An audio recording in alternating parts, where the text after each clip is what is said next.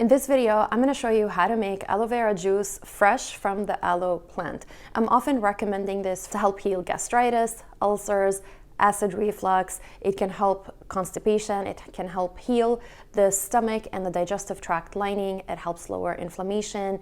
Of course, there are other benefits to aloe vera, so some other people may be using it for other reasons. I'm going to show you how to make aloe vera just from the plant, how to utilize this beautiful long leaf. You can add additional things to it like ginger or lemon, cucumber or honey based on what you're trying to do. And I'm happy to answer more questions. You can definitely buy aloe vera juice from the store, but you're going to get much better benefits when you make it yourself. Also, if you're trying to make aloe without lemon or any citrus because of acid reflux or ulcers, your best bet is to make it yourself. So let's get started. My name is Noor Zibda. I am a functional and integrative dietitian, and I help people overcome digestive disorders such as acid reflux, food sensitivities, problems with leaky gut, constipation, diarrhea, and others. So make sure you subscribe to my channel to learn more about how you can heal and restore function to your gut. Now we're going to start by cutting the leaf from the sides, and we want to try to remove the thorns or the spiky parts.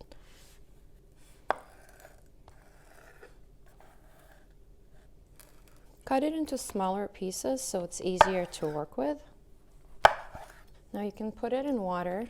It's important to wash the leaf because there is some like yellowish material that can come out and it causes stomach pain. Let it soak and let it rinse properly. Now we're gonna take the leaves. So I've seen some places where people use spoons.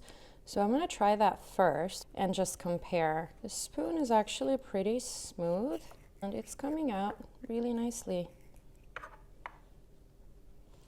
Scoop it out. It's going to be slippery, so be careful. So maybe a good reason to use spoons because they're not sharp, so if it's slippery, you're less likely to hurt yourself. So I have another bowl of water that I'm going to continue to let these rinse and continue to wash a little bit. I'm going to try the knife for the next one. So I have a smaller paring knife. Let's see how this one goes. Slippery plants like aloe, like okra, they actually are soothing, and that's why they are helpful for the gut. I might do it this way. There we go. See how it's one piece. Try a small knife, try a big knife, and see which one is easier for you to handle. You can use gloves if you want, but I feel I have a better handle on things without gloves. Of course, I wash my hands. I'm going to try the spoon again and see what happens. Use a big spoon to scoop it out. And that's a very nice piece. Probably the spoon allows you to save more of the gel. There's not that much waste. See how it's beautiful?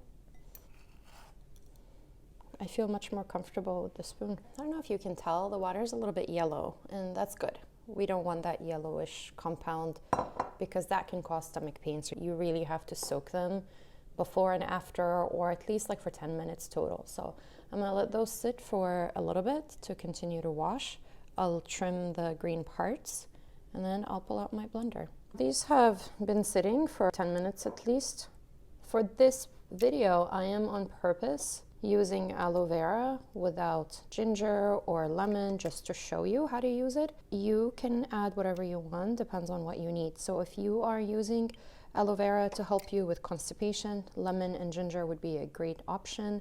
For healing the stomach lining, if you have ulcers or gastritis, I would say honey and ginger would be the better option. You may be okay with lemon, but many people are not, and that's one of the reasons why we're making our own, because we want to make the aloe vera without lemon juice.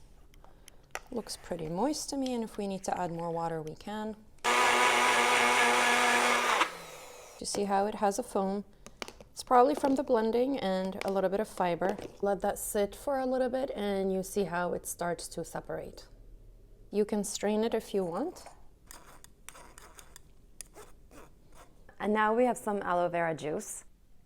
This is a very neutral flavor. Personally, it does not bother me. It's a little bit on the bitter side. And we know that bitter flavors can actually stimulate digestion and bile flow. If you can tolerate that, that's great. You may find that it tastes better if you add a little bit of lemon juice if you can tolerate that. Or maybe you have some ginger or ginger juice. You can blend ginger with the aloe vera and that would help support digestion. You can add a teaspoon of honey. You can also blend this with some cucumber that helps with hydration and maybe bowel movements. You can also blend this with some of your favorite fruit just to add a little bit of flavor. One leaf will probably make about 4 to 6 ounces, so it's not a lot. Now, if you want to store it, I'm going to try to store some in ice cubes and I'll get back to you about how these go. And if you can store them for long term, it's probably better to make it fresh. I would also make sure you drink it cold. Put it in the fridge, maybe add some ice cubes, not a lot so you don't dilute it. I hope you enjoyed this video and let me know what you think if you make aloe vera juice by yourself. If this process is very complicated and you want to try to find a ready product without any lemon or citric acid, I'm going to put the product that I found on Amazon in the description. If you like this video, make sure you like it, subscribe to the channel, share it with others. This is something other family members can enjoy. And let me know if you have any questions, and I'll see you on the next video.